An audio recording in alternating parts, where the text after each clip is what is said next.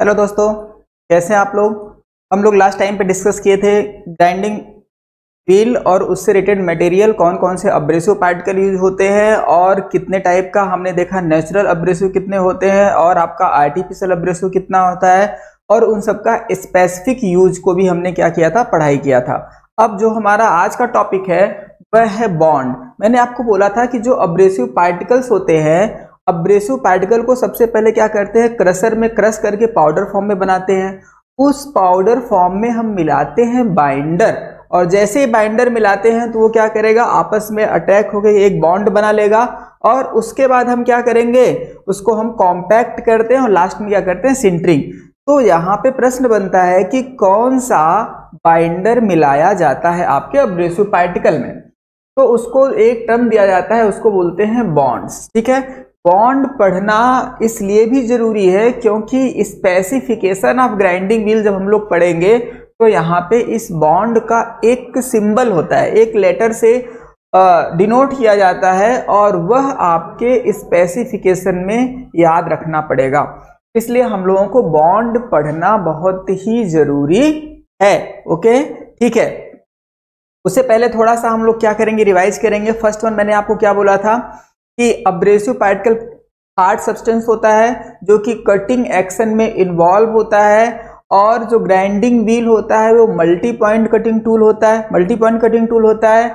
और आपने देखा था कि जो अब्रेसिव पार्टिकल होता है मेनली दो टाइप से निकाला जाता है, एक होता है नेचुरल और एक होता है आर्टिफिशियल।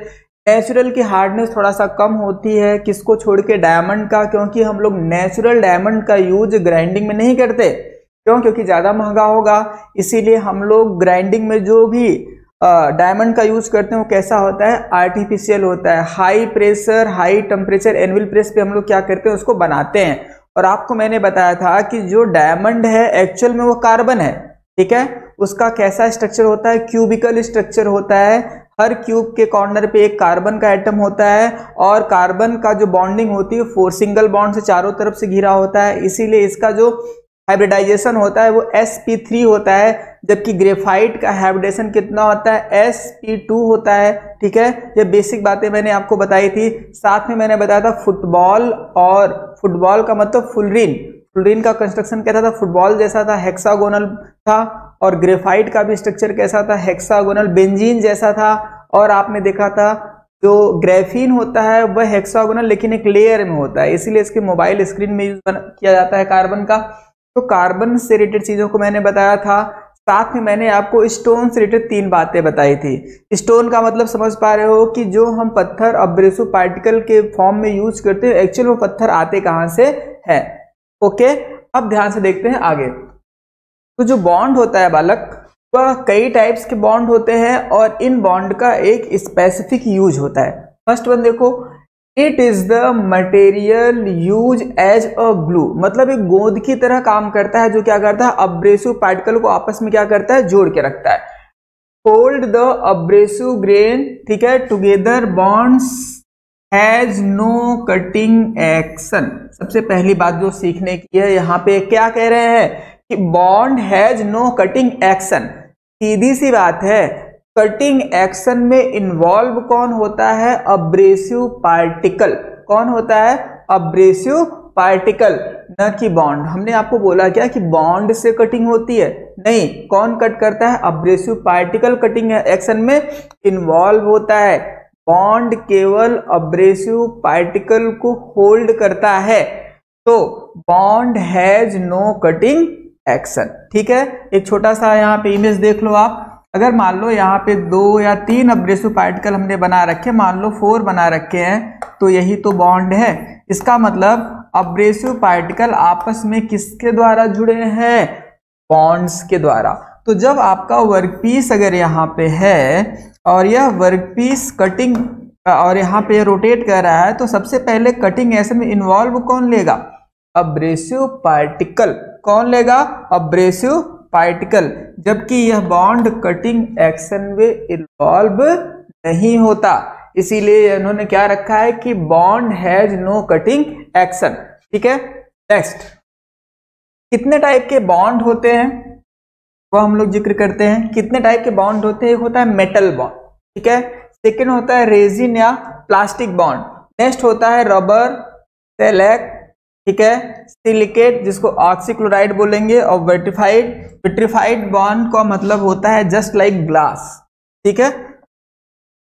कितने बॉन्ड है हमारे पास? 6। फर्स्ट वन बोलो, metal, resin, rubber, select, silicate और विट्रीफाइड।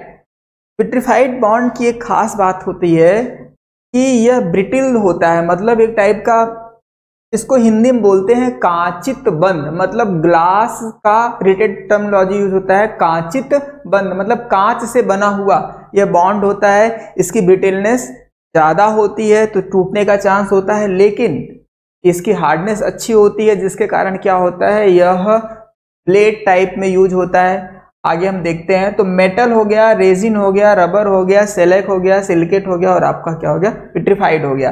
तो इन बॉन्ड का हम यूज करते हैं अब्रेसिव पार्टिकल को बांधने के। आगे चलते हैं, ध्यान से देखो। फर्स्ट वन क्या है, मेटल बॉन्ड। सबसे पहले आपको यहां पे ध्यान देना है MSL, ठीक है, यह क्या है, metal bond system are use mainly, ठीक है। मेटल बॉन्ड का हम यूज कहां करते हैं, mainly for the super abrasive, ठीक है। सुपर अब्रेसिव कौन हो गया, आपके पास दो प्राणी थे, फर्स्ट वन क्या था, डायमंड, और सेकंड वन क्या था, CBN। तो डायमंड और CBN क्या है, सुपर अब्रेसिव थे, आपको पता होना चाहिए। और टंगस्टन कार्बाइड भी। तो ऐसे चाहे आपके सुपर अब्रेसिव हो चाहे टंगस्टन कार्बाइड हो, तो सामान्य रूप से हम किस बॉन्ड का यूज करते हैं, मेटल का। तो जरा सोचो कि अब्रेसिव पार्टिकल को बांधने के लिए जो बॉन्ड यूज करते हैं वह क्या, किसका होता है, मेटल का होता है, मेटल सिंगल लेयर। इसको क्या बोलते हैं, MSL, क्या बोलेंगे, मेटल सिंगल लेयर, ठीक है। जरा इसको समझने की बात है, ध्यान से देखो। मान लेते हैं यहाँ पे एक आपका अब्रेसिव पार्टिकल है, यहाँ पे एक अब्रेसिव पार्टिकल है, यहाँ पे है और एक यहाँ पे। अब हमको इसको बॉन्ड के द्वारा जोड़ना है, तो ध्यान से देखो होगा क्या, थोड़ा सा इधर देखो, क्या करते हैं कि इसके अंदर एक मेटल का फ्लो करेंगे, ठीक है। तो अब क्या करेगा, यह मेटल इसके इन दोनों के बीच में मेटल का एक सिंगल लेयर आ गया, समझ पा रहे हो। इसका मतलब है अब्रेसिव पार्टिकल्स के बीच में मेटल का एक सिंगल लेयर आ गया। यही सिंगल लेयर एक अब्रेसिव पार्टिकल को दूसरे अब्रेसिव पार्टिकल से क्या करेगा, बांध देगा, बॉन्ड बना लेगा। इसीलिए इसको क्या बोला जाता है, MSL, मतलब मेटल सिंगल लेयर, ठीक है। अब क्या है, consist of the specialised brass layer that, ठीक है। अब इधर आते हैं, मेटल सिंगल लेयर हो गया आपका। उसके बाद आता है आपका रेजिन या प्लास्टिक, ठीक है। सबसे पहली बात है कि रेजिन या प्लास्टिक के इमेज को देखो, बहुत ही अब्रेसिव का जो यह बना हुआ है आपका व्हील, वो बहुत ही पतला दिख रहा है, देख पा रहे हो। अगर हम इसके इस थिकनेस की बात करें तो देख पा रहे हैं बहुत ही पतला ब्लेड। इसका मतलब है कि हम रेजिन या प्लास्टिक बॉन्ड के द्वारा क्या करेंगे, ऐसे ग्राइंडिंग व्हील बनाते हैं जो क्या है, काफी थिन होते हैं, काफी थिन होते हैं। देखो क्या है, these are bonded abrasive product with resin, ठीक है, are plastic bond system between the abrasive grain. अब यहाँ पे जो सबसे खास बात है कि इसको एक लेटर से डिनोट किया जाता है जो कि है B। समझना बात को, क्योंकि आपको याद रखना पड़ेगा कि जो रेजिन बॉन्ड का रिप्रेजेंटेशन है वह किस नंबर से है, B नंबर से। तो अगर आपको स्पेसिफिकेशन जब हम बताएंगे वहां पे B लिखा होगा, या वहां पे ये थोड़ी लिखा होगा कि इस ग्राइंडिंग व्हील में रेजिन बॉन्ड है, तो वहां पे क्या होगा, केवल एक लेटर होगा। इस लेटर को देख के आपको समझना पड़ेगा कि इसके अंदर कौन सा बॉन्ड यूज किया गया है, ठीक है। तो इसको हम किस लेटर से डिनोट करते हैं, B से। Resin wheel are commonly see in cut off wheel, underline कर लो। वैसे कलर भी अलग है, ध्यान से देखो। मैंने आपसे क्या बोला कि जो रेजिन या प्लास्टिक बॉन्ड के अब्रेसिव व्हील होते हैं वह कैसे होते हैं, पतले टाइप के होते हैं। तो जितने भी थिन टाइप के आपके ग्राइंडिंग व्हील होंगे वो हमेशा किसी भी वर्कपीस को कट करने में यूज होंगे। सपोज करो अगर इसका मैं साइड व्यू बनाऊं, अगर एक अब्रेसिव व्हील ये है, ठीक है, एक अब्रेसिव व्हील आपका यह है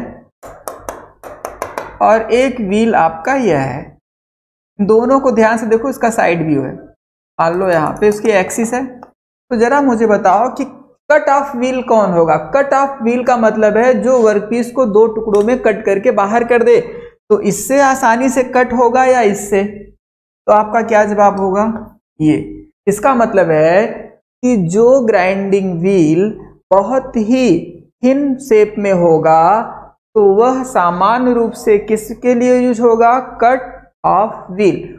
किसी भी वर्कपीस को कट करने के लिए हम इस क्रॉस सेक्शन के व्हील का यूज करेंगे, इसीलिए। और अगर आपको बहुत थिन व्हील बनाना है तो हमको कौन सा बाइंडर मिलाना होता है? रेजिन। कौन सा बाइंडर मिलाना होता है? रेजिन। तो रेजिन बाइंडर का यूज हम सामान्य रूप से कैसे व्हील में करते हैं? कट ऑफ व्हील में। और आपको बता दें यहाँ पे लेटर कौन सा है? B for Bombay. लेकिन बी फॉर आपको याद क्या करना है? Resin bond. तो रेजिन बॉन्ड का रिप्रेजेंटेशन क्या है? बी। ओके, कौन सा व्हील है ये? Cut off wheel. कौन सा व्हील है बालक? Cut off wheel. Very good. अब आगे चलते हैं। उसके बाद थर्ड वन है रबर। इसका मतलब है कि हम बाइंडर के तौर पर रबर को भी क्या करते हैं? यूज करते हैं। ठीक है, इसका मतलब है आपने देखा MSL, metal single layer. Metal single layer. Metal single layer को आपने देखा कि सुपर अब्रेसिव, ठीक है, सुपर अब्रेसिव के लिए यूज होता है। जबकि आपने क्या देखा, जो रेजिन है, रेजिन बॉन्ड का हम यूज कहाँ कर रहे हैं? कट ऑफ व्हील के लिए। मतलब बहुत ही पतले व्हील बनाने हैं तो हम किसका यूज करेंगे? कौन से बॉन्ड का? रेजिन या प्लास्टिक बॉन्ड। थर्ड वन क्या है बालक? रबर। तो इसका मतलब है रबर को हम यूज करते हैं। These are bonded abrasive product with a rubber और इलास्टोमर बॉन्ड। ठीक है, इसमें बॉन्ड क्या होगा? रबर इलास्टोमर बॉन्ड होगा। System abrasive grain. These are design by letter R. तो आपको यहाँ पे जो याद करना है वह क्या है? Letter R. अगर मैंने आपको लिख दिया बी, तो बी का मतलब आपको क्या समझना पड़ेगा कि कौन सा बॉन्ड है। तो आप इस बी से क्या समझेंगे? कौन सा बॉन्ड है? तो आपको जवाब देना पड़ेगा कौन सा? प्लास्टिक। कौन सा? प्लास्टिक या रेजिन के लिए कौन सा है? बी। और अगर हमने आपसे बोला आर, तो आर का मतलब क्या है? रबर। आर का मतलब रेजिन नहीं है, आर का मतलब क्या है? रबर। ठीक है, अब आगे चलते हैं। ओके, तो रबर का सिंबल क्या है? आर है। ठीक है, जबकि रेजिन का सिंबल क्या है? पी है। ओके, दोनों बातें हो गई। अब आगे चलते हैं। यहाँ पे केवल आपको सिंबल जानना है, बहुत ही आसान टॉपिक है, परेशान मत होना, थोड़ा सा आपको याद करना पड़ेगा। बहुत आसान टॉपिक है, लेकिन इसके जब सवाल आते हैं ना तो समझ में नहीं आता ये पूछ क्या रहा है, इसलिए बहुत ध्यान से समझना है कि यहाँ पे मामला क्या है। आगे चलो। सेलेक्ट बॉन्ड, ध्यान से देखो सेलेक्ट बॉन्ड होता क्या है सभी लोग। अगर हम इसको हिंदी में लिखें तो एक शब्द आता है लाख। क्या है? लाख। ठीक है, लाख। लाख का उत्पादन बिहार में ज्यादा होता है। लाख एक टाइप का चिपचिपा पदार्थ होता है, एडहेसिव पदार्थ होता है, जिसका यूज सामान्य रूप से स्वर्णकार, ठीक है, ज्वेलरी वाले भी करते हैं, जिसको बोलते हैं लाख। ठीक है, तो उसको बोलते हैं सेलेक्ट। ठीक है, उसी टाइप का होता है, थोड़ा सा और इम्प्रूव्ड फॉर्म होता है, उसमें कुछ मिक्सिंग होती है। ध्यान से देखो होता क्या है। इसको पढ़ने से पहले मैं आपको एक छोटी बात बता रहा हूँ कि जो ज्वेलरी वाले होते हैं, होता क्या है, मान लो कि आपने कभी एक सोने का कंगन खरीदा। ठीक है, सोने का कंगन खरीदोगे ही कभी न कभी। तो होता क्या है, इसमें महंगे काफी है, सोना तो महंगा है, तो क्या करता है आदमी 10 ग्राम में 2 कंगन बनवा लिया। सपोज करो बहुत पॉसिबल नहीं है, फिर भी मान लो 20 ग्राम में 2 कंगन बना लिया। तो होता क्या है कि जब मटेरियल कम होगा तो यहाँ पे इसको ज्यादा फैलाना है। आप जानते हो कि जो गोल्ड होता है उसको बहुत ज्यादा फैलाया जा सकता है, तो बोलते हैं क्या? मेलेबिलिटी।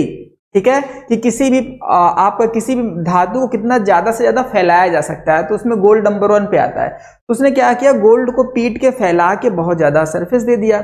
तो उसके पास होता क्या है, उसके अंदर क्या आती है, बेंडिंग आ जाती है। तो वो क्या करता है कि इसके अंदर की तरफ क्या करता है, सेलेक भर देता है। सेलेक को बोलते हैं लाख। तो जब सेलेक भर देता है तो जो इसकी बेंडिंग होती क्या हो जाती है, कम हो जाती है, और भारी भी दिखता है और पहनने में थोड़ा सा आसान हो जाता है। इसीलिए हम लोग सेलेक का यूज ज्यादा कौन करते हैं, आपके सोनार भी करते हैं, लेकिन साथ में हमारा इंजीनियरिंग भी करता है। इसका नाम क्या है, सेलेक बॉन्ड। क्या बोलते हैं इसको, सेलेक बॉन्ड। चलिए ध्यान से देखते हैं क्या है।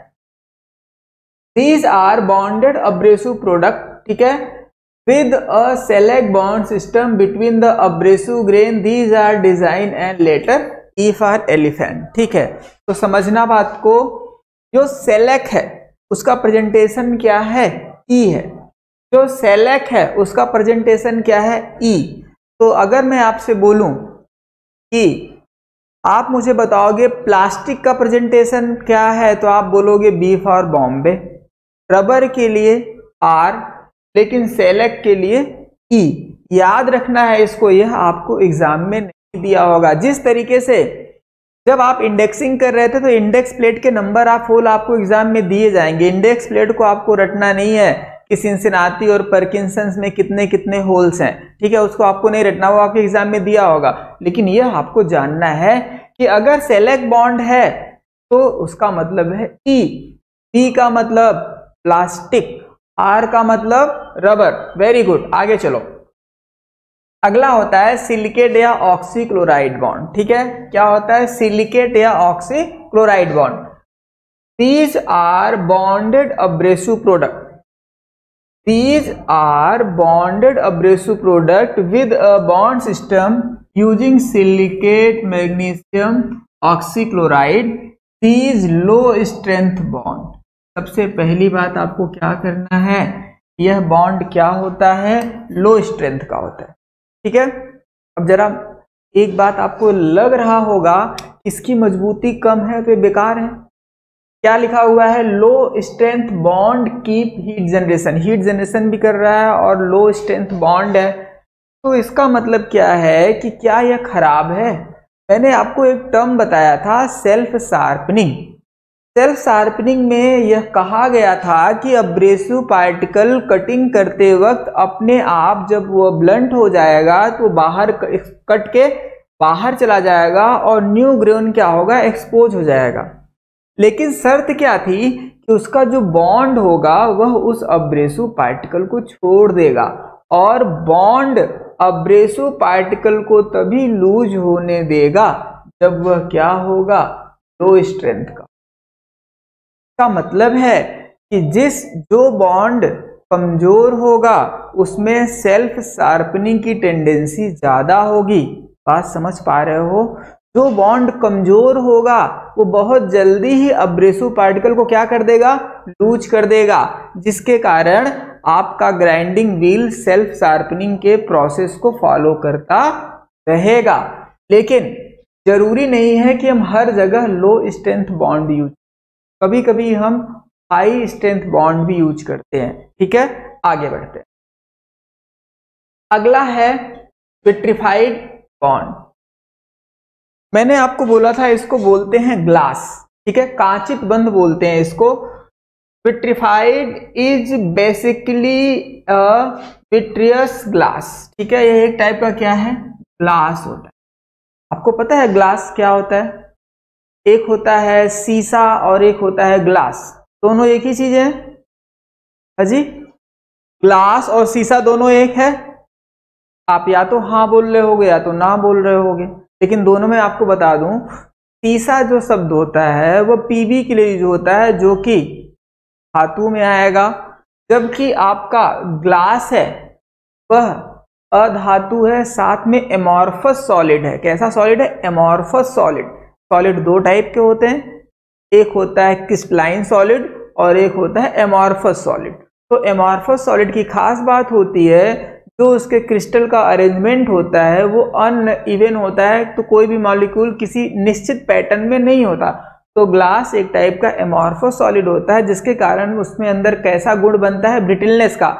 ब्रिटलनेस का मतलब क्या हो गया कि जरा सा इम्पैक्ट लोड लगा तो वो क्या हो जाता है, टूट जाता है। तो यह एक टाइप का ब्रिटलनेस होता है।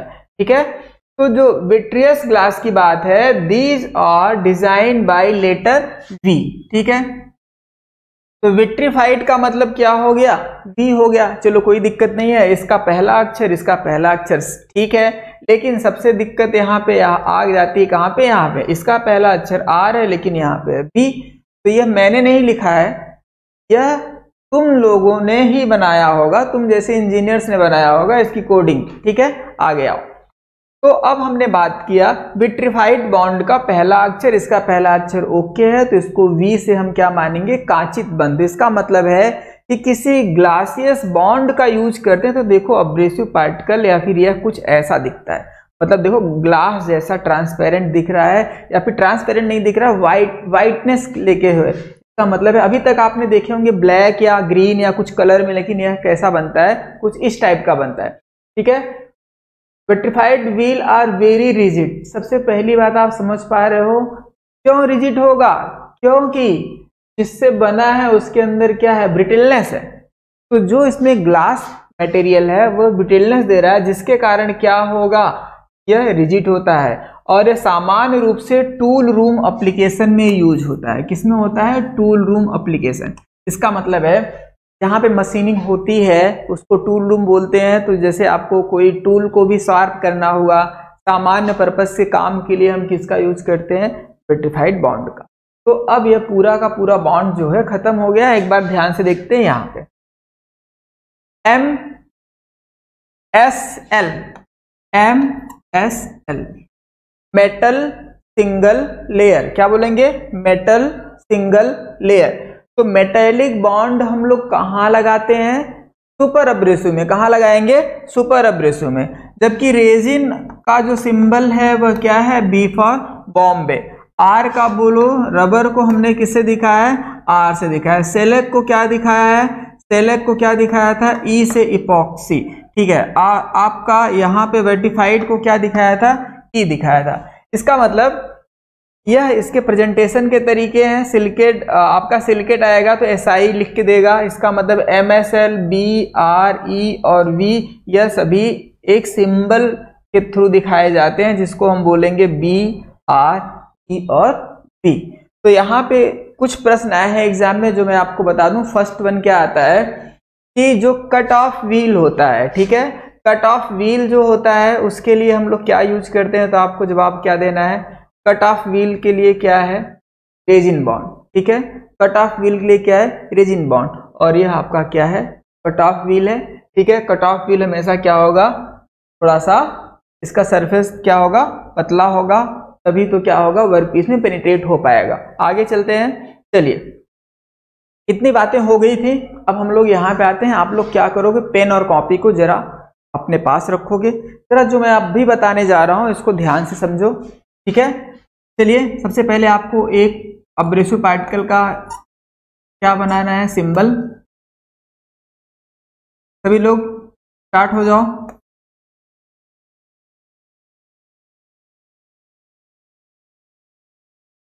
ठीक है, अब ध्यान से देखो,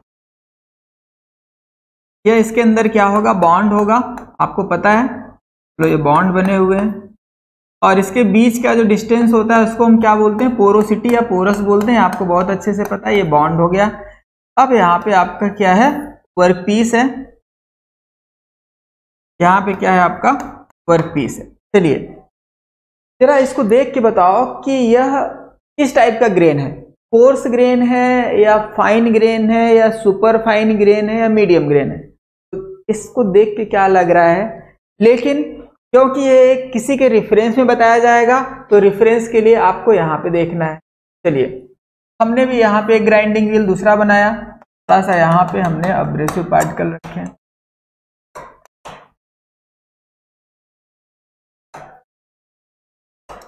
चलिए, और यहाँ पे आपका वर्कपीस है।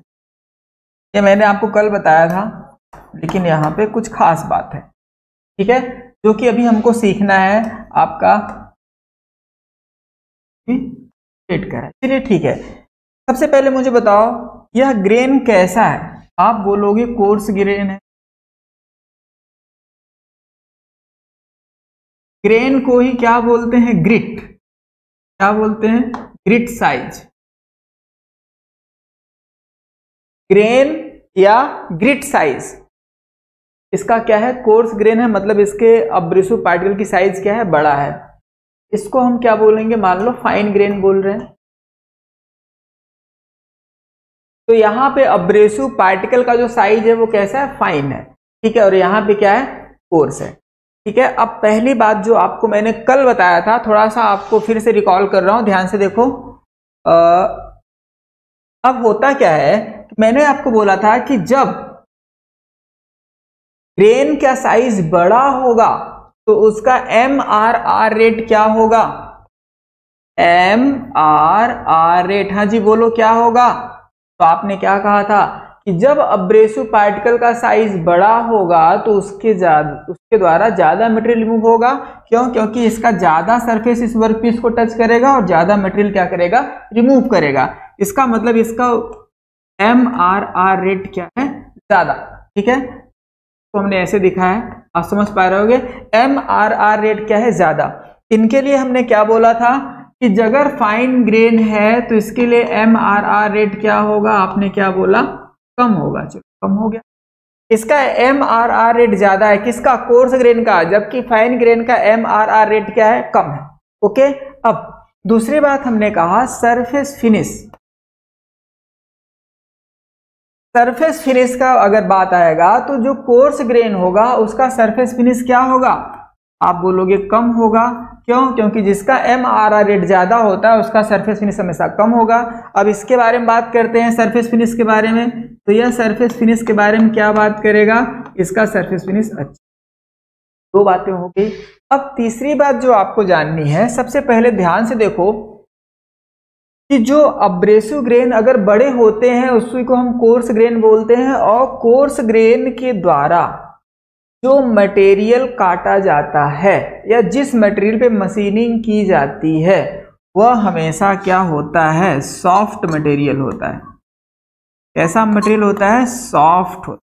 इसका मतलब है कि अगर आपका ग्रेन साइज ज्यादा है, ठीक है, अगर आपका ग्रेन साइज ज्यादा है तो मटेरियल सॉफ्ट होना चाहिए, साथ या फिर क्या होना चाहिए,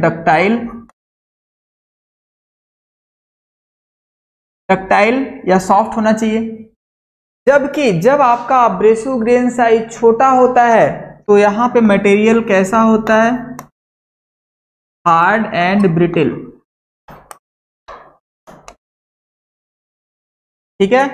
तो अगर आपका मटेरियल सॉफ्ट एंड डक्टाइल है, सॉफ्ट एंड डक्टाइल है, तो हमको कौन सा ग्रेन यूज करना है, कोर्स ग्रेन। एग्जाम का प्रश्न है, बहुत ध्यान से समझना।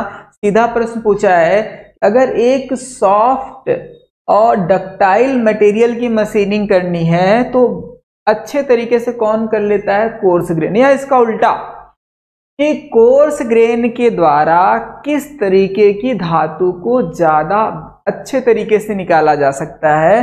तो कोर्स ग्रेन किस तरीके से मटेरियल निकालेगा, सॉफ्ट एंड डक्टाइल। जबकि जो आपका फाइन ग्रेन का अब्रेसिव व्हील है वह कैसा निकालेगा, हार्ड एंड ब्रिटिल। इसका वर्क पीस कैसा होगा, इसके लिए हार्ड एंड ब्रिटिल। तो यहाँ पे दो बातें हो कि जब वर्कपीस हार्ड और ब्रिटिल है, जब वर्कपीस हार्ड और ब्रिटिल है तो हमको ग्रेन साइज फाइन रखनी है, और जब वर्कपीस आपका सॉफ्ट, जब वर्कपीस आपका सॉफ्ट और डक्टाइल है तो ग्रेन साइज आपका क्या रखना है, कोर्स रखना है, ठीक है। तो अब अगली बात होती है सरफेस। अब यहाँ पे तीन बातें हो गई, यहाँ पे जो मटेरियल होगा सॉफ्ट एंड डक्टाइल होगा, MRR रेट ज्यादा होगा, यहाँ पे सरफेस फिनिश कम होगा, जबकि यहाँ पे MRR रेट कम है, सरफेस फिनिश ज्यादा है, और मटेरियल कैसा यूज हो रहा है, हार्ड एंड ब्रिटिल। यह मटेरियल किसका है, वर्क पीस का है। ये इसकी बात नहीं कर रहा है, किसकी कर रहा है, वर्क पीस की बात कर रहा है। चलिए इस बात को आपको नोट कर लेना है। यहाँ पे तीन प्रश्न इधर और तीन इधर, ये 6 प्रश्न बनते हैं और 6 एग्जाम में आए हुए, इसलिए आपको मैंने दोनों एक साथ बता दिया, कोई भी कंफ्यूजन ना हो कि फाइन ग्रेड से कैसा मटेरियल यूज करते हैं और आपका कोर्स ग्रेन में कैसा मटेरियल यूज करते हैं। ठीक है, तो ये दोनों 3 इस साइड है और 3 इस साइड, बहुत ध्यान से अपने दिमाग में रखना। यह इमेज काफी कुछ कह रहा है, यह इमेज ऑटोमेटिक अपने बारे में बता रहा है कि मैं क्या हूं। ठीक है, तो आप इसको ध्यान से देख पा रहे हो, आपने बना भी लिया होगा मुझे लग रहा है।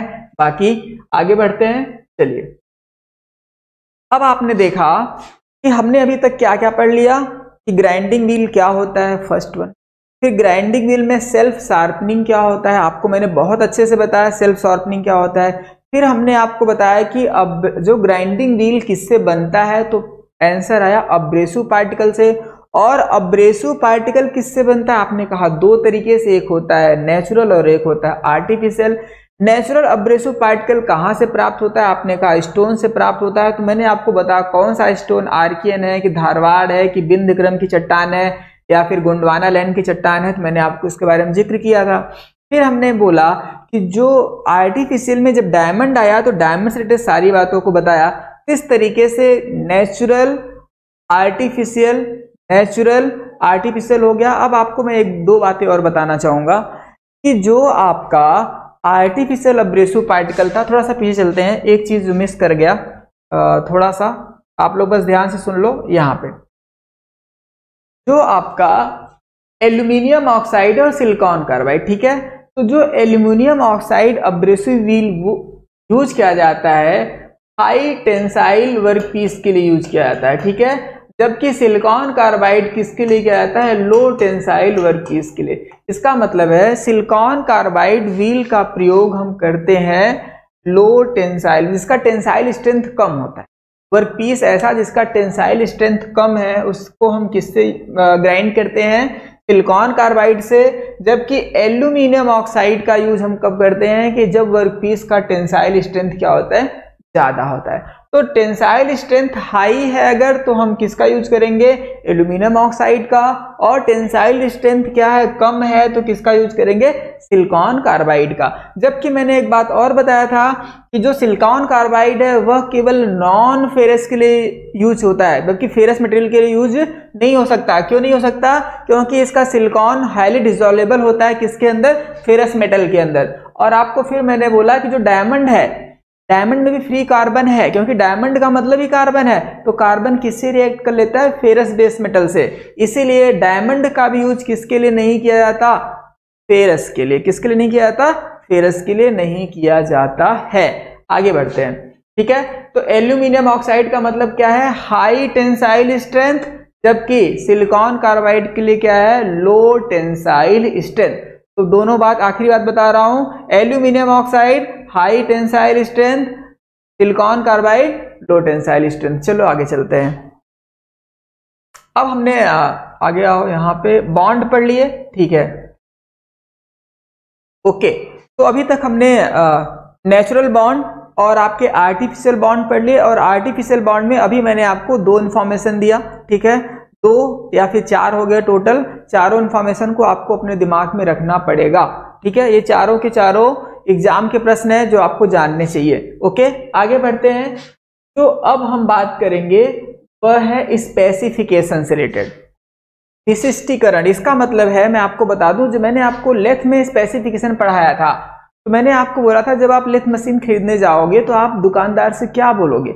अगर आप छोटी सी मोबाइल भी खरीदने जाते हो तो उसको भी स्पेसिफाइड करते हो, क्या बोलते हो, इतना जीबी का रैम चाहिए, स्क्रीन इतना चाहिए, बैटरी कितने एमएएच की चाहिए, एएच एमएएच है ना, एम्पियर हावर, ठीक है। एएच बैटरी की रेटिंग एएच में होती है, एम्पियर हावर में।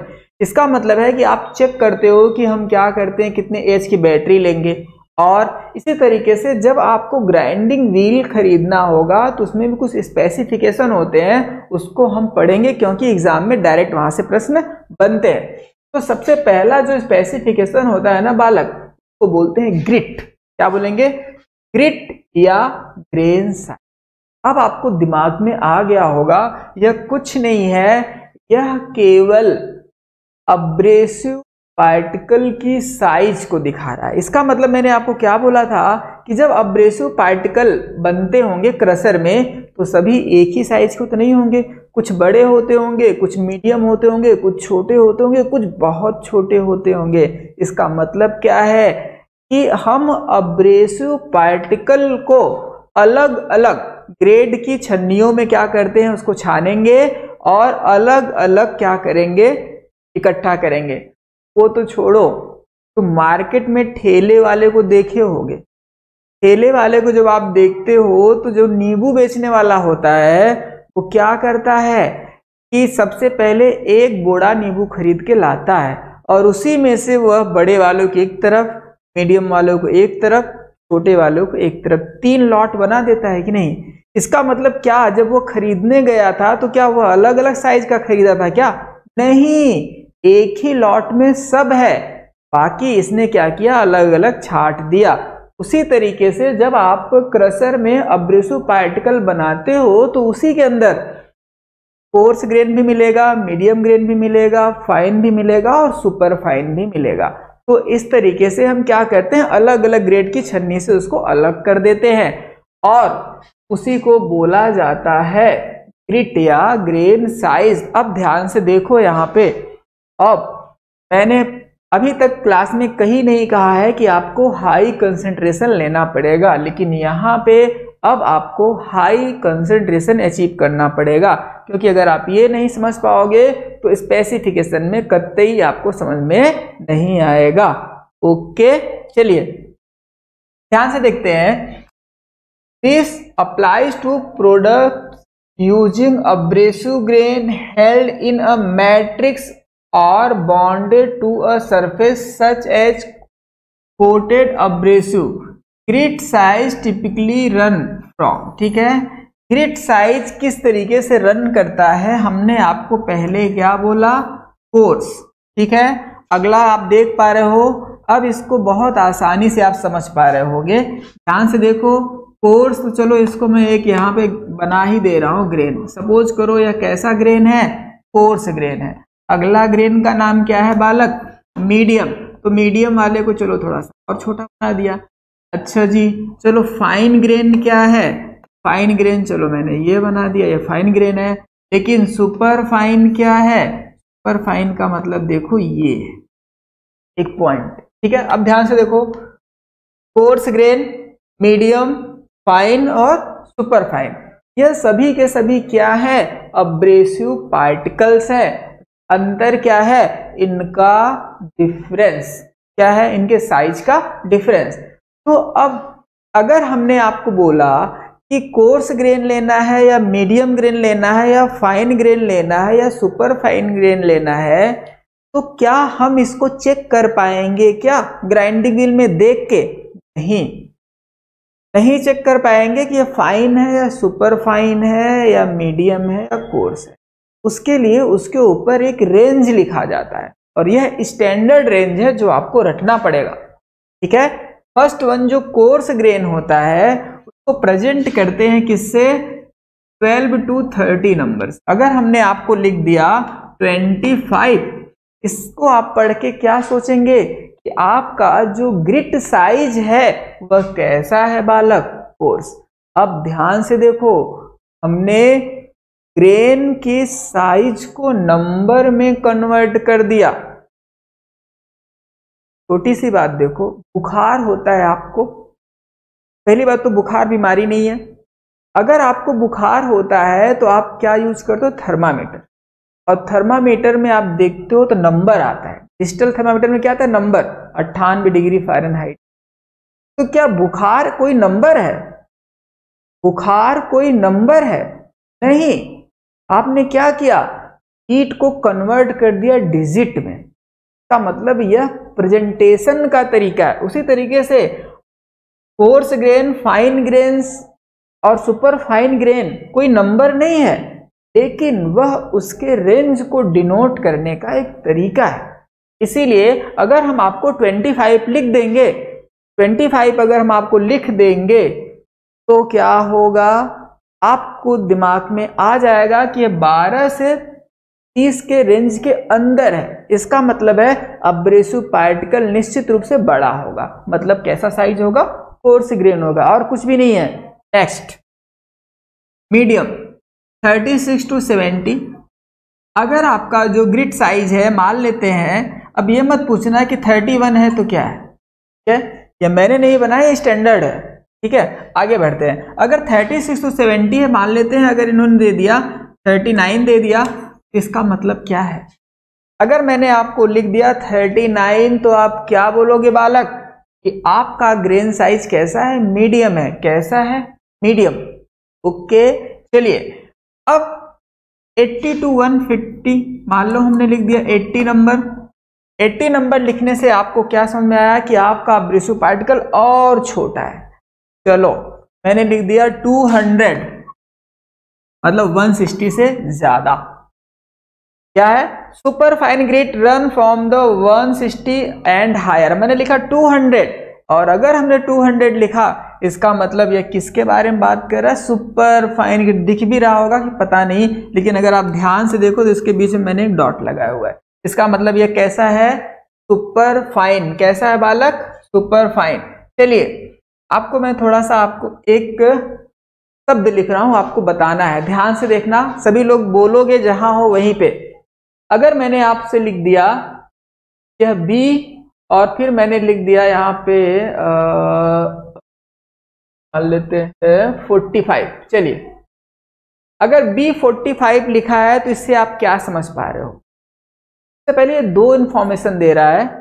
फर्स्ट वन को हम बोलेंगे कौन सा बाइंडर यूज किया गया है। मान लो बी, तो बी का मतलब कौन सा बाइंडर है? तो आप क्या बोलोगे? रेजिन या प्लास्टिक। और 45 का मतलब क्या है?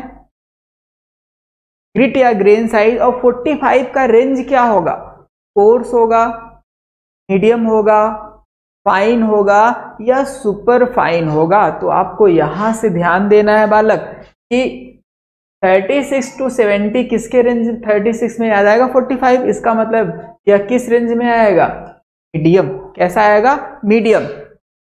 अब ध्यान से देखो, तो हमने आपको बोला कि अब इस एक कोडिंग से आपको पूरे के पूरे ग्राइंडिंग व्हील को क्या करना है? डिस्क्राइब करना है। पूरे के पूरे ग्राइंडिंग व्हील को क्या करना है? आपको समझाना है इस कोड का मतलब क्या है। तो जरा एक बार और रेंज देख लो।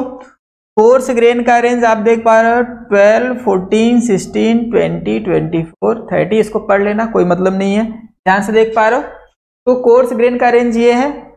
मीडियम ग्रेन का रेंज आप देख लो यहां से लेके यहां तक है। इसीलिए मोटा मोटा आपको कहां से कहां तक याद रखना है? ये 36 to 70, 36 to 70, जो कि कोर्स का रेंज कहां से कहां तक है? आप इस रेंज को याद रखो 12 to 30, 12 to 30। और फाइन का मतलब समझ पा रहे हो? 18 to 150। जब आपका 160 से ज्यादा हो जाएगा तो उसको क्या बोलते हैं? Super fine.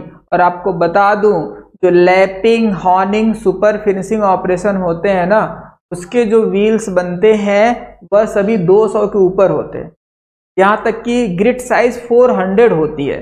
इसका मतलब वह बहुत ही फाइन होता है, सुपर फाइन से भी और आगे तक 400। देखो सुपर फाइन का रेंज क्या है? 160। 160 से आगे जाओ 400 तक अगर ग्रिट साइज हो गई तो कितना छोटा होगा अब्रेसिव। सीधी सी बात है, अगर अब्रेसिव पार्टिकल आपका जितना छोटा होगा उसका उतना ही कम MRR रेट होगा। मतलब अब्रेसिव पार्टिकल अगर बहुत छोटा होगा तो उसका MRR रेट बहुत कम होगा, और जिसका MRR रेट कम होता है ना, उसका सरफेस फिनिश बहुत अच्छा होता है। इसीलिए आपको मैं बता दूं कि जितने भी फिनिशिंग ऑपरेशन है, जितने भी फिनिशिंग ऑपरेशन है वह क्या करते हैं? कम मटेरियल रिमूव कर। अगर आपको थोड़ा सा पीछे आते हैं, ध्यान से देखो। चलो एक लाइन में मैं आपको सारे ऑपरेशन बता रहा हूं, ध्यान से देखो। मान लो एक वर्क पीस है, ओके, यह वर्क पीस कुछ ऐसा है, ठीक है, इसी कुछ थिकनेस है। आपने क्या किया? बहुत ध्यान से देखो, इसको बोलते हैं बालक चीजल। क्या बोलते हैं? चीजल या छेनी। आपने क्या किया? यहाँ पे बाल पिन हैमर, चलिए आपने इससे हैमरिंग से क्या किया? इसके अंदर एक होल बना दिया, ठीक है, होल बनाया। अगर आप इस होल को देखोगे ध्यान से उंगली भी डाल के, तो क्या इस होल की स्मूथनेस, सरफेस फिनिशिंग क्या होगी? अच्छी होगी या खराब होगी? अगर आपने चीजल के से एक चारों तरफ एक होल बनाया, आपका चीजल राउंड नोज है, सपोज करो राउंड नोज होगा तभी सर्कल में बनेगा। इसका मतलब अगर ये राउंड नोज चीजल है, अगर इसने एक होल बनाया तो इसके अंदर का जो सरफेस फिनिश होगा, सरफेस फिनिश क्या होगा, मान लेते हैं 1 है या फिर 0 ही रख लो, मतलब एकदम बेकार होगा। विश्वास मानो अगर आप चीजल से इसके अंदर होल बनाओगे तो सरफेस फिनिश बहुत ही उबड़ खाबड़ होगा, सरफेस फिनिश की बात ही नहीं कर सकता। इसको बोलेंगे चिपिंग। यह कौन सा ऑपरेशन होगा, चिपिंग ऑपरेशन होगा। लेकिन अगर चिपिंग ऑपरेशन से हम आगे जाते हैं, इसी को कर देते हैं ड्रिलिंग, ध्यान से समझना। चिपिंग के आगे जाते हैं, इसी ऑब्जेक्ट में हमको होल बनाना है, किस मेथड से, ड्रिलिंग मेथड से। तो ड्रिलिंग मेथड का सरफेस फिनिश चिपिंग से अच्छा होगा, बिल्कुल। जब ड्रिल के द्वारा इसमें होल होगा तो इसके अंदर की जो स्मूथनेस होगी वो ज्यादा बेहतर होगा। इसका मतलब हम ये कह सकते हैं कि ड्रिलिंग ज्यादा अच्छा है किससे, चिपिंग से, बिल्कुल सही। लेकिन और आगे बढ़ो, अगर ड्रिलिंग के बाद हमने यहां पे कर दिया बोरिंग, इसका मतलब है इसी में ड्रिलिंग के बाद बोरिंग किया जाता है, लेकिन जो बोरिंग होगा तो उसकी सरफेस फिनिशिंग किससे अच्छी हो जाएगी, ड्रिलिंग से। इसका मतलब है सरफेस फिनिश एक रिस्पेक्टिव टर्म है जो कि किसी के रेफरेंस में बोला जा सकता है। ऐसे आप नहीं बोल सकते हो कि सरफेस फिनिश अच्छी या खराब। थोड़ा और आगे चलने दो, यह क्या है, चिपिंग। इसको लिख देता हूं, चिपिंग ऑपरेशन इसको बोलेंगे। चिपिंग, ड्रिलिंग और बोरिंग। देखो चिपिंग सबसे खराब है, उससे बेहतर है ड्रिलिंग, ड्रिलिंग से बेहतर कौन है, बोरिंग। लेकिन बोरिंग से भी बेहतर क्या है, क्या बोरिंग से भी बेहतर कोई है, हाँ, रीमिंग। अगर आप रीमिंग कर दोगे तो बोरिंग से भी अच्छा इंटरनल सरफेस फिनिश। देखो वही काम यह भी कर रहा है, यह भी, यह भी, यह भी, लेकिन तीनों ऑपरेशन में डिफरेंस है, किसका, सरफेस फिनिश का। लेकिन इन तीनों ऑपरेशन में एक चीज जो नोटिस करने वाली है, सबसे ज्यादा मटेरियल कौन कट के निकाल रहा है, चिपिंग के द्वारा, जबकि उससे कम कौन निकालेगा, ड्रिल निकालेगा, उससे कम कौन निकालेगा, बोरिंग निकालेगा, बोरिंग से कम कौन मटेरियल निकालेगा, रीमिंग। इसका मतलब है कि जो जितना कम मटेरियल निकाल रहा है ना, वो उतना ही ज्यादा सरफेस।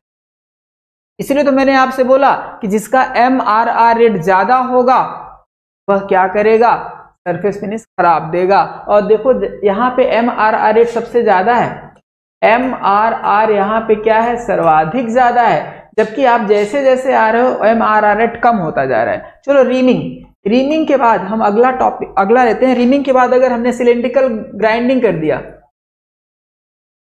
सिलेंड्रिकल ग्राइंडिंग कर दिया, इंटरनल सिलेंड्रिकल ग्राइंडिंग कर दिया तो रीमिंग से भी बेहतर होगा। इसका मतलब है अब ग्राइंडिंग के बाद अगर मान लो हमने हॉर्निंग कर दिया, हॉर्निंग इससे भी बेहतर होगा। हॉर्निंग के बाद अगर मान लो मैंने लैपिंग कर दिया, लैपिंग कर दिया, लैपिंग इससे बेहतर होगा। लैपिंग के बाद अगर मान लो हमने सुपर फिनिशिंग कर दिया,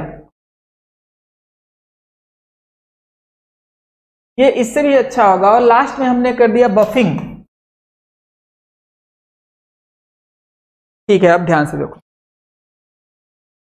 अगर हम आपको बताना जो चाह रहे हैं वो आप समझ पा रहे हो तो बहुत अच्छी बात है। देखो होता क्या है कि जब हम इस जगह से चले, इसको हमने बोला चिपिंग, चिपिंग के बाद हमने बोला ड्रिलिंग, ड्रिलिंग के बाद फिर क्या है, रीमिंग, रीमिंग के बाद सॉरी बोरिंग, बोरिंग के बाद रीमिंग, रीमिंग के बाद इंटरनल सिलेंड्रिकल ग्राइंडिंग, फिर है हॉर्निंग, फिर है लैपिंग, फिर है सुपर फिनिशिंग और फिर है बफिंग। यहां पे MRR रेट क्या है, सबसे ज्यादा, सबसे ज्यादा, सबसे ज्यादा।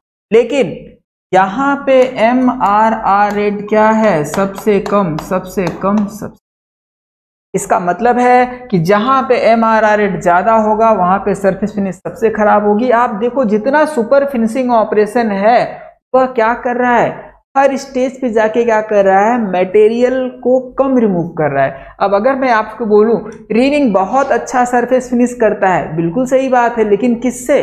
अगर मैं बोलूं इंटरनल सिलेंड्रिकल ग्राइंडिंग से रीमिंग अच्छा है तो बात गलत हो गई।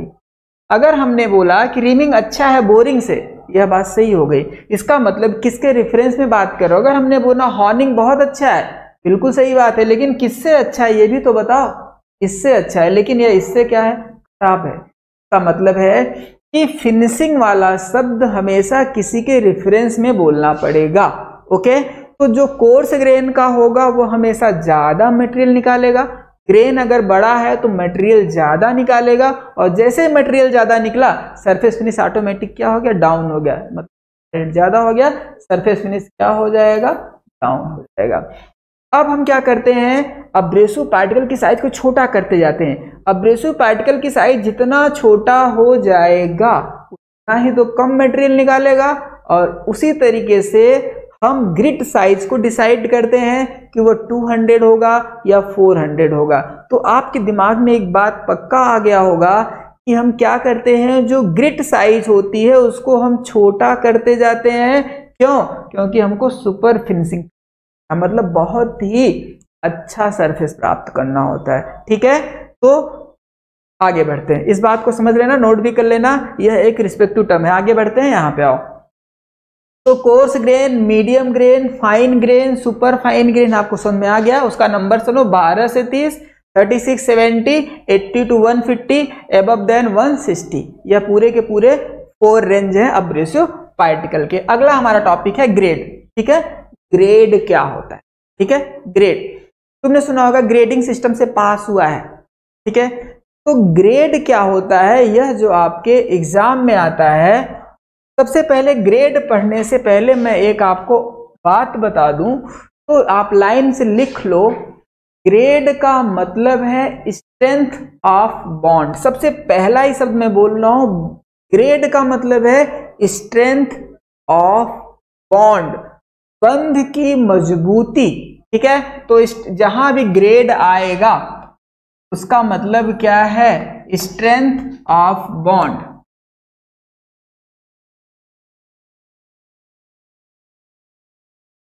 अगर हम बोलें कि ग्रेड क्या होता है, एक शब्द में अगर आपको आंसर देना है, बंध की मजबूती को ही ग्रेड बोलते हैं, बस खत्म। स्ट्रेंथ ऑफ बॉन्ड वही क्या होता है, ग्रेड। अब समझना कि बॉन्ड ज्यादा मजबूत होना चाहिए, कम मजबूत होना चाहिए, यह हम डिसाइड नहीं कर सकते।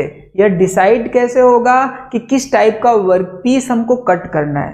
ठीक है, किस तरीके का वर्कपीस हमको कट करना है, उस वर्कपीस के अकॉर्डिंग डिसाइड किया जाएगा कि हम किस बॉन्ड वाला या किस ग्रेड वाला अब्रेसिव पार्टिकल को लें। ठीक है, किस ग्रेड वाला अब्रेसिव पार्टिकल नहीं, किस ग्रेड वाला ग्राइंडिंग व्हील को लें।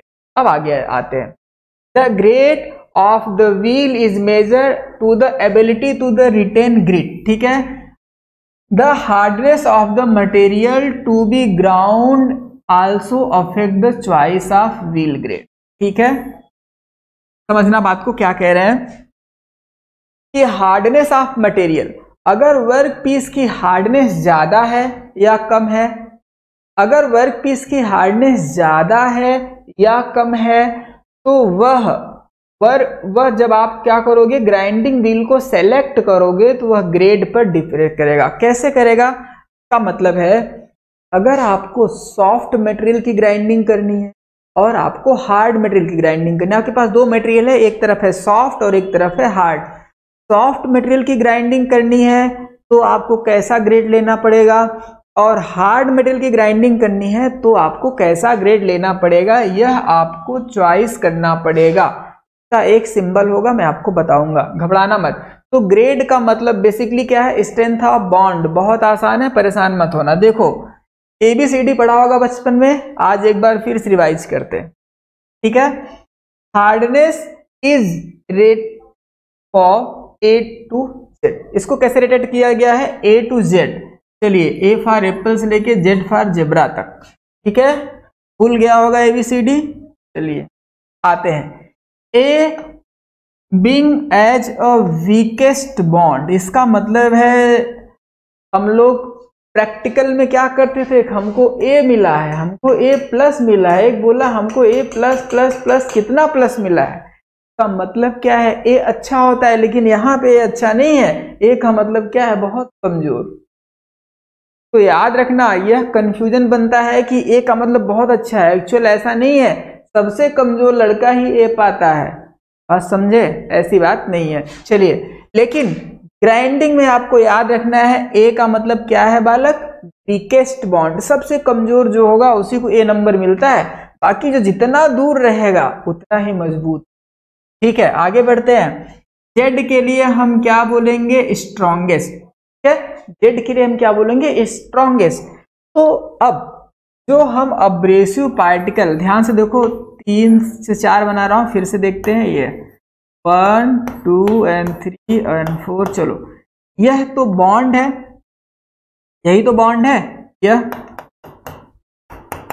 तो अगर हम बोलें कि ग्रेड क्या है, इसी बॉन्ड की मजबूती ही ग्रेड है। यह जो बॉन्ड है इसका जो मजबूती है, इसका जो स्ट्रेंथ है, इस बॉन्ड का स्ट्रेंथ ही ग्रेड कहलाता है। अब ध्यान से देखो, तो ग्रेड को ए से लेके जेड तक डिसाइड किया गया। तो उन्होंने बोला कि एक होता है सॉफ्ट ग्रेड, एक होता है मीडियम ग्रेड और एक होता है हार्ड ग्रेड। तो बोला कि सॉफ्ट ग्रेड में कहां से कहां तक? बोले ए फॉर एप्पल से लेके एच फॉर मुर्गी या मुर्गा, जो भी बोल लो, नहीं है, नहीं होगा। Anyway, A B C D E F G H, A से एच तक कहां होगा?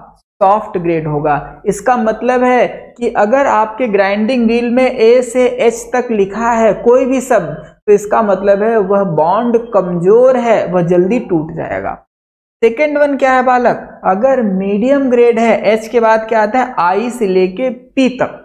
आई से लेके पी तक कौन सा ग्रेड होगा? मीडियम ग्रेड होगा। जबकि हार्ड ग्रेड कहां से होगा? क्यू से लेके जेड तक, क्यू से लेके जेड तक। अगर आप इसको रीजनिंग से समझते हो तो क्यू को ऐसे खींचो, इसको बोलेंगे 17 नंबर, आई के ऊपर ऐसे कर दो, इसको बोलेंगे 9 नंबर, एच को ऊपर ऐसे कर दो, इसको बोलेंगे 8 नंबर, है ना। 13 14 15 16, ये 16 नंबर पे आ गया। इसका मतलब हम लोग रीजनिंग पढ़ते हैं, ए फॉर एप्पल नहीं पढ़ते, ए फॉर 1 नंबरिंग करते हैं ना कोडिंग के लिए। एनीवे, तो आप इसको ऐसे भी याद कर सकते हो, ए से लेके एच तक क्या होगा? सॉफ्ट। एक बार फिर से, ए से लेके एच तक सॉफ्ट ग्रेड, ग्रेड बंध की मजबूती, कुछ भी नहीं है, बंध की मजबूती। मीडियम ग्रेड का मतलब क्या है? आई से लेके कहां तक जाएगा? पी तक, आई से लेके पी तक। तो यह क्या है? मीडियम ग्रेड है, मतलब बंध न तो ज्यादा कमजोर है न तो ज्यादा मजबूत है। अगला क्या है? हार्ड ग्रेड है। क्या है बालक? Hard grade. और हार्ड ग्रेड का नंबर कहां आता है? क्यू से लेके जेड तक। तो अब अगर हम आपको 2 शब्द बताएं, ध्यान से देखो, इस चित्र को देखो। अगर हमने बोला कि यहाँ पे जो ग्रेड है वह है डी फॉर डेल्ही, ग्रेड क्या है? D for Delhi. तो आपके दिमाग में यह आना चाहिए और आ रहा होगा कि यह बॉन्ड बहुत जल्दी टूट जाएगा। क्यों? क्योंकि इसका स्ट्रेंथ कम है। क्यों कम है? क्योंकि यह ग्रेड क्या है? सॉफ्ट है, क्योंकि डी कहां पे है। तो अगर हमने आपको एक लेटर बताया, उस लेटर में कुछ इंफॉर्मेशन है, उसी को डिकोड करना है आपको। हमने केवल डी लिखा है, लेकिन डी का एक मतलब है। डी का मतलब है क्या? ग्रेड। और ग्रेड कौन सा ग्रेड? Soft grade. और सॉफ्ट ग्रेड का मतलब क्या है? जो आपका बॉन्ड है वह है कमजोर। तो डी का मतलब है यह जल्दी टूट जाएगा। एनीवे, अगर हमने आपको लिखा एम फॉर मंकी, एम, तो आपको क्या रेंज देखना है बालक? यहां पे आ गए। इसका मतलब अब जो ग्रेड है वह कैसा है? मीडियम। कैसा ग्रेड है? मीडियम। तो अब आपके दिमाग में आ गया होगा कि जो बॉन्ड है वो न तो ज्यादा कमजोर है न तो ज्यादा मजबूत है, तो ये मॉडरेट है, मीडियम है। उसके बाद अगर हमने आपको लिख दिया एस, अगर यहाँ पे एस लिखा है, ग्राइंडिंग व्हील में अगर एस लिखा है, तो एस का मतलब आपके दिमाग में आना चाहिए कि आपका जो ग्राइंडिंग व्हील है वह किस ग्रेड का है? हार्ड ग्रेड का। और हार्ड ग्रेड का मतलब है यह बंध बहुत ज्यादा मजबूत है, वह टूटेगा नहीं और इसके अंदर सेल्फ शार्पनिंग नहीं हो पाएगी। क्योंकि जब बंध जल्दी टूटेगा तभी तो सेल्फ शार्पनिंग होगी। तो इसका मतलब है सॉफ्ट ग्रेड हो या मीडियम ग्रेड हो या हार्ड ग्रेड हो, ये तीनों का तीनों क्या दर्शाता है? बंध की मजबूती। ठीक है, तो हमने क्या पढ़ा? ग्रिट। ग्रिट का मतलब है ग्रेन की साइज। फिर हमने क्या बात किया? ग्रिट के बाद हमने क्या बात किया बालक? ग्रिट हो गया, उसके बाद हमने बात किया ग्रेड का। ठीक है, तो हम आज यहीं तक रखते हैं, ग्रिट, ग्रेड, और अगला टॉपिक आएगा व्हील स्ट्रक्चर, उसके बाद हम लोग स्पेसिफिकेशन कल डिस्कस करेंगे। लेकिन याद रखना, आज की पूरी क्लास और कल की ये दोनों क्लासें में आपको क्या रखना है, पेन और कॉपी रखना है। मैं कुछ न्यूमेरिकल भी लगवाऊंगा, उससे रिलेटेड सवाल भी करवाऊंगा, ठीक है। तो जो कल का टॉपिक होगा वो थोड़ा सा और आसान होगा आज की तरह, कोई दिक्कत नहीं है। ग्राइंडिंग व्हील एक्चुअल बात बता दूं, समझने का मामला है। ग्राइंडिंग जो टॉपिक है ना, उसकी गहराई में आपको उतरना पड़ेगा। और विश्वास मानो बहुत आसान है। जो लिखा होता है ना, एक स्टेटमेंट लिखा होता है कि हार्ड ग्रेड व्हील का यूज सॉफ्ट मटेरियल के लिए करते हैं, सॉफ्ट ग्रेड व्हील का यूज किसके लिए करेंगे, हार्ड मटेरियल के लिए करते हैं। तो यह एक बहुत ही जटिल बात है जो लिखा हुआ है। आपको मैं समझाऊंगा कि हार्ड ग्रेड व्हील का प्रयोग सॉफ्ट मटेरियल के लिए क्यों करते हैं, जबकि सॉफ्ट ग्रेड व्हील का प्रयोग हार्ड मटेरियल के लिए क्यों। एक, अगर आपका ग्रेड क्या होगा, हार्ड होगा, तो मटेरियल कैसा होगा, सॉफ्ट होगा। और अगर आपका ग्रेड हार्ड होगा तो आपका मटेरियल सॉफ्ट है, और ग्रेड सॉफ्ट है तो मटेरियल कैसा होगा, हार्ड होगा। ये दोनों बहुत ही कॉम्प्लिकेटेड और कंफ्यूजिंग होते हैं। तो हम आपको जिक्र करेंगे यहाँ पे चित्र के द्वारा, आपके दिमाग में उस चीज को इनबिल्ड कर देंगे एक्चुअल में लिखा क्यों जाता है, ठीक है। तो आपको कुछ भी नहीं करना है, केवल हमारे साथ बने रहना है और ईमानदारी से पढ़ना है, ठीक है। विश्वास मानो, आदमी की सोच हमेशा आगे होनी चाहिए। अगर आप सोच में ही हार जाओगे, कल्पना में ही हार जाओगे, तो एक्चुअल में तो हार ही जाओगे। तो कल्पनाओं में कभी हारना नहीं चाहिए। अगर आप कल्पना कर रहे हो कि मैं एग्जाम दूंगा, सिलेक्ट हो जाऊंगा, तो यह कल्पना ऊंची रखो। जो आदमी कल्पना में ही हार जाता है वो आगे नहीं बढ़ पाएगा। अपनी कल्पनाओं को कायम रखो और अपने एम को कायम रखना है आपको। जरूर एग्जाम क्वालिफाई करोगे, अच्छे से अच्छे नंबर से क्वालिफाई करोगे, सिलेक्ट हो जाओगे। टाइम लगेगा कम या ज़्यादा, लेकिन आप एमटीटी की मैं बात कर रहा हूँ, एमटीटी का आपको मैं अब भी पूरा खुला छूट देता हूँ कि जो एग्जाम के प्रश्न है 90% आपको कवर करेगा। बस आप मुझे सुनते जाओ, फालतू बात नहीं, एकदम पॉइंट टू पॉइंट बातों को मैं बताता हूँ। कम समय में ज़्यादा कंटेंट बताने की कोशिश करता हूँ, इसलिए आप बहुत ध्यान से सुनो, ठीक है। ओके, धन्यवाद।